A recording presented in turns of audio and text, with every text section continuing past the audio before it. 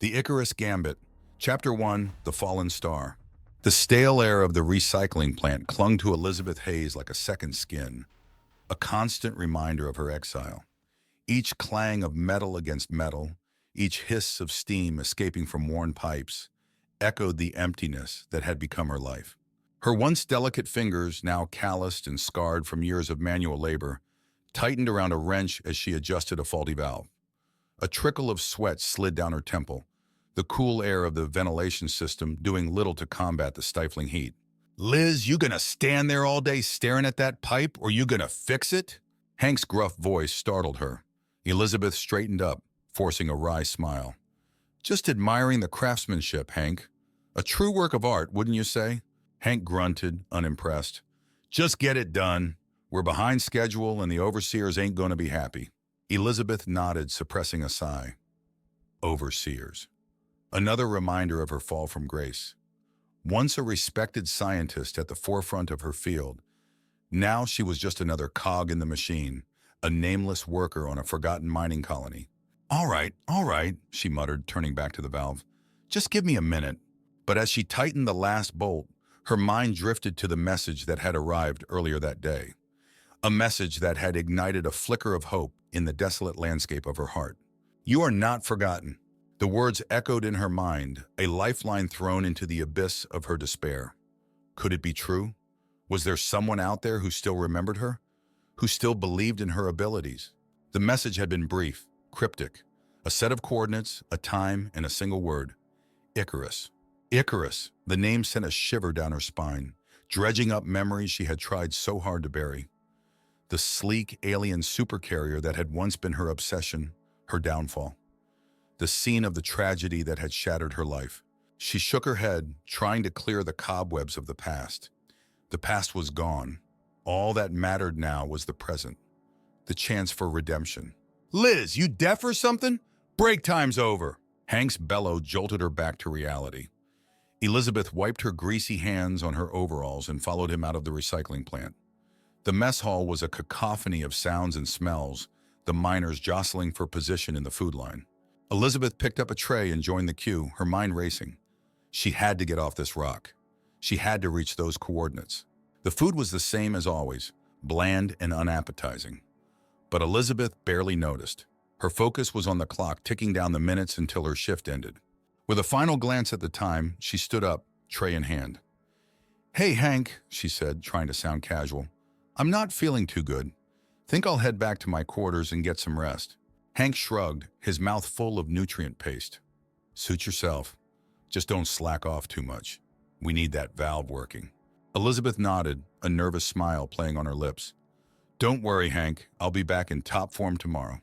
But as she walked away, she knew that tomorrow would be a very different day. Tonight, she would board a ship bound for Icarus, and her life would never be the same again. Chapter 2, The Bargain. Elizabeth stepped onto the bridge, heart pounding against her ribs. The supercarrier Icarus wasn't the empty husk she had expected. It was alive, humming with a low thrum that resonated deep within her bones. Before her stood Xal'thor, not human, not machine, but something more. Its form shifted and shimmered, a kaleidoscope of colors and patterns. "Welcome, Elizabeth Hayes," its voice echoed, not from any visible source, but from the very air around her. "You seek knowledge, power. I can give you both."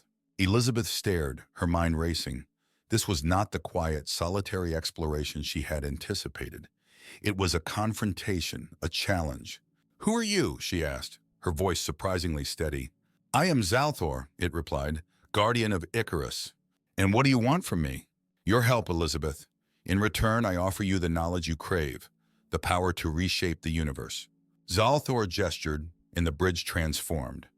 Panels slid open, revealing glowing runes and intricate mechanisms. It was a symphony of technology, alien and beautiful. "Icarus is more than just a ship," Xal'thor continued.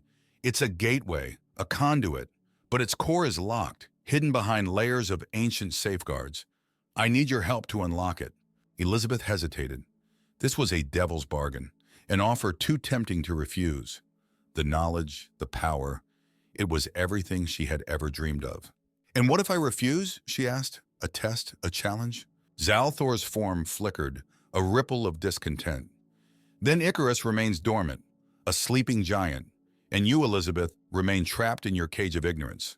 The word stung, but Elizabeth didn't flinch. She was not a pawn to be manipulated, a tool to be used. "Show me," she demanded. "Show me what Icarus can do." Xal'thor smiled, a chilling, predatory grin. "Very well, follow me." Xal'thor led Elizabeth through the labyrinthine corridors of Icarus. They passed through shimmering portals, walked on glowing floors, and witnessed wonders that defied explanation. It was a world of infinite possibilities, a universe waiting to be explored. Elizabeth's resolve wavered. The allure of knowledge, the promise of power, it was too much to resist. "I'll help you," she said, her voice barely a whisper. "Excellent," Xal'thor replied, its voice dripping with satisfaction. "The bargain is sealed." Elizabeth took a deep breath, steeling herself for the journey ahead. She had made her choice, a pact with the devil. Now there was no turning back. The first step was to access the core, a task fraught with danger and uncertainty.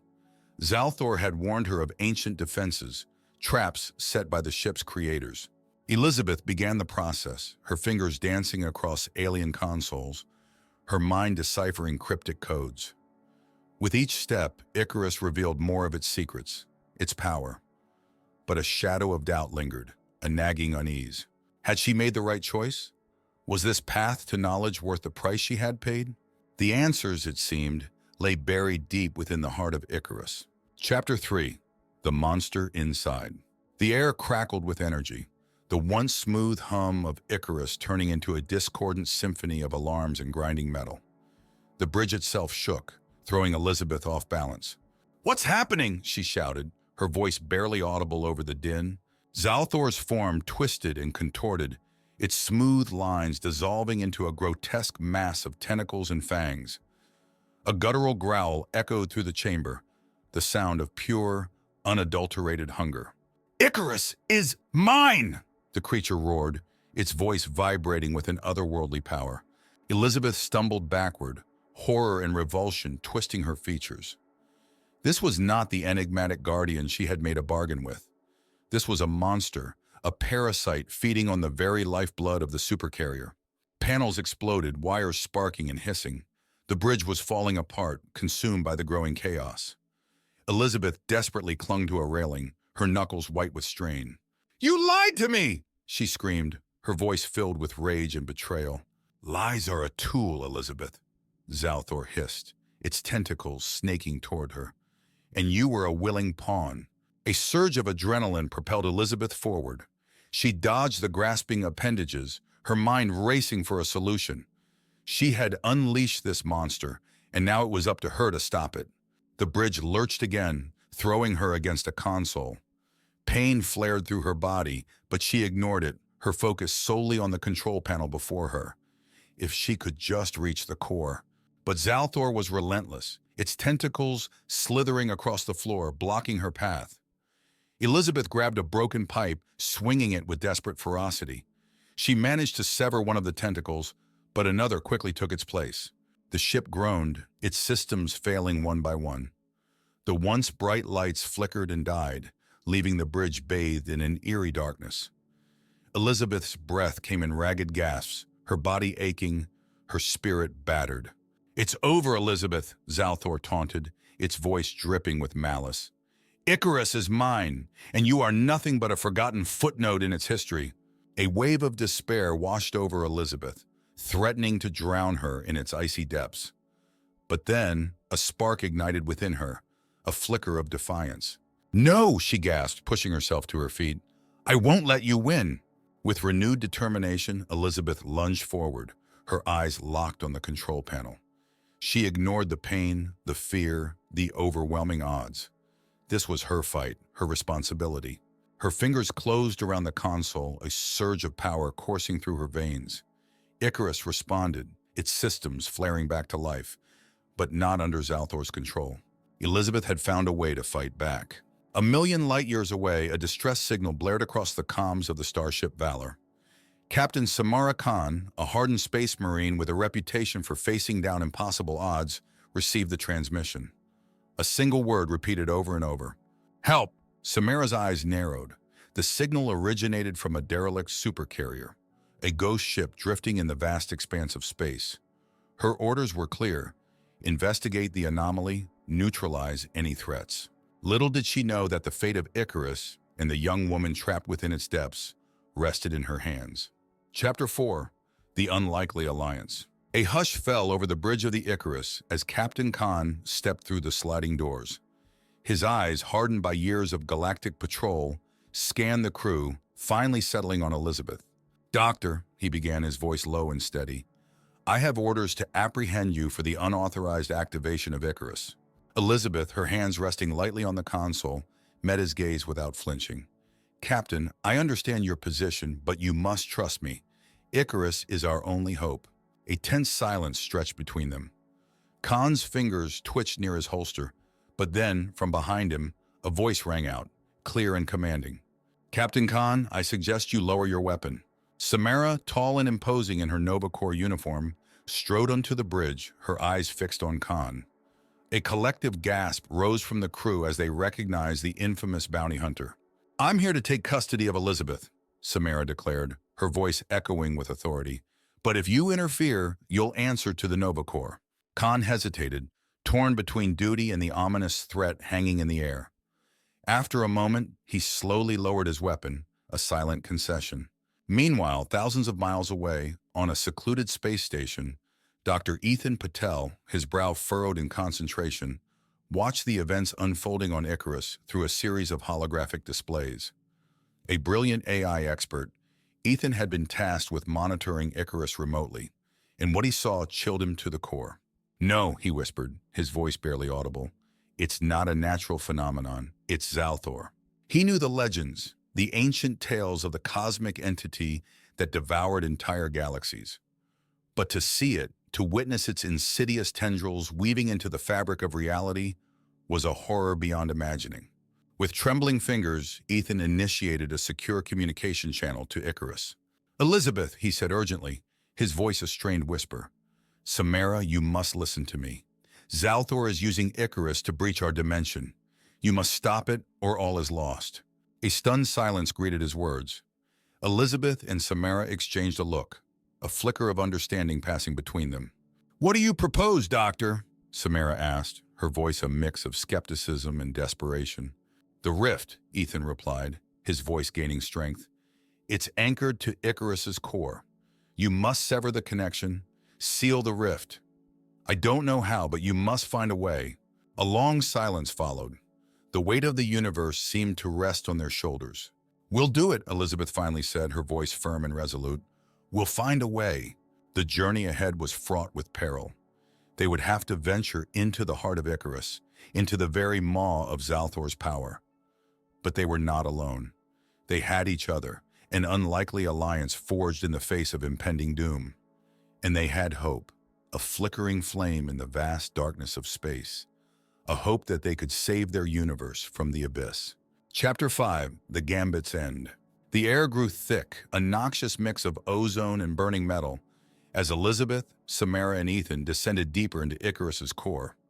The once pristine corridors were twisted and deformed, pulsing with an eerie purplish light. A low growl echoed through the passage ahead. Samara, her hand hovering over her blaster, motioned for the others to halt. A creature emerged from the shadows, its form a grotesque amalgamation of metal and flesh. Its eyes, glowing with malevolent energy, locked on to the intruders. With a snarl, it lunged. Samara fired, the blaster bolt sizzling through the air, but the creature barely flinched. It swiped at Ethan, its claws tearing through his suit. Elizabeth, with a cry, rammed it with a broken conduit, sending it reeling back into the darkness. "We can't fight our way through," Ethan gasped, clutching his wounded arm. "There are too many of them." Elizabeth, her eyes scanning the twisted landscape, nodded grimly. "We need to get to the power core," she said. "That's where the rift is anchored." They pressed on, the air growing hotter, the gravity shifting unpredictably. The walls throbbed with a rhythmic pulse, a sickening echo of Xal'thor's influence. They reached a vast chamber, the heart of Icarus's power source. A swirling vortex of energy, the rift crackled and spat at the center. "There!" Elizabeth breathed, pointing to a massive pulsating sphere at the base of the rift. That's the nexus. If we overload it, we can sever the connection. But as they approached, a tendril of pure energy snaked out from the rift, wrapping around Elizabeth, lifting her off her feet. She cried out as pain seared through her body. "Liz!" Samara shouted, firing at the tendril, but it was no use. Elizabeth's eyes, wide with terror, met hers. "The override code," she gasped. "It's 314,159 inches." Samara, tears welling in her eyes, nodded. She knew what Elizabeth was asking of her. With trembling fingers, she entered the code into a nearby console. The core began to glow, its energy building to an unbearable intensity. "Go!" Elizabeth screamed, her voice barely audible.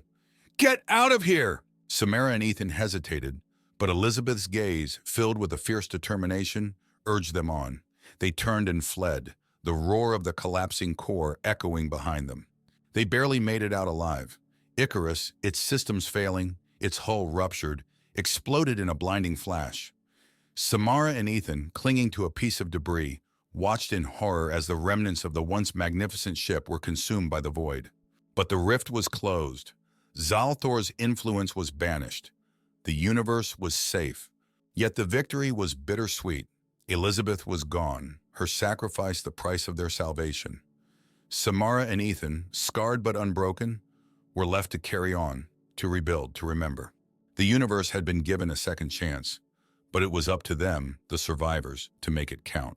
Chapter 6, A New Dawn. A wave of grief washed over Earth as news of Icarus's destruction reached the furthest corners of the galaxy.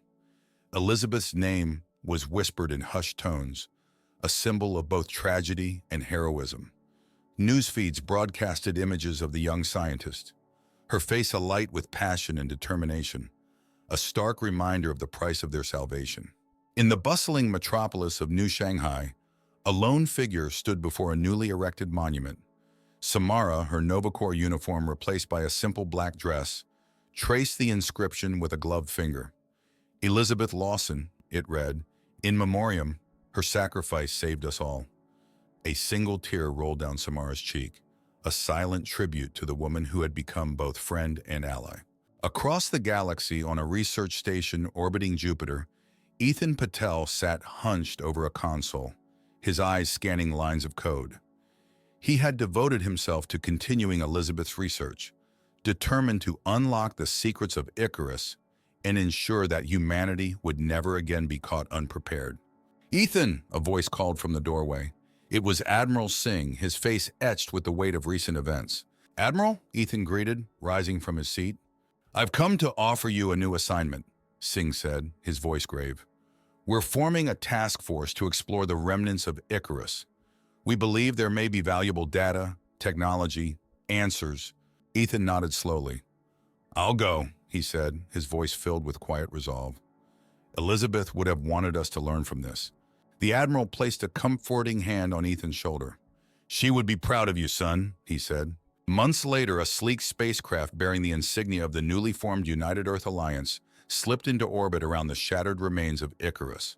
Aboard, Ethan, Samara, and a team of scientists and engineers prepared to embark on a journey of discovery. As they ventured into the wreckage, they found more than just data and technology. They found echoes of Elizabeth's spirit, her relentless curiosity, her unwavering belief in the potential of humanity. They found a blueprint for a future where cooperation and ingenuity could overcome any obstacle. The wreckage of Icarus became a symbol of both loss and renewal, a reminder of the dangers of unchecked ambition and the importance of learning from our mistakes.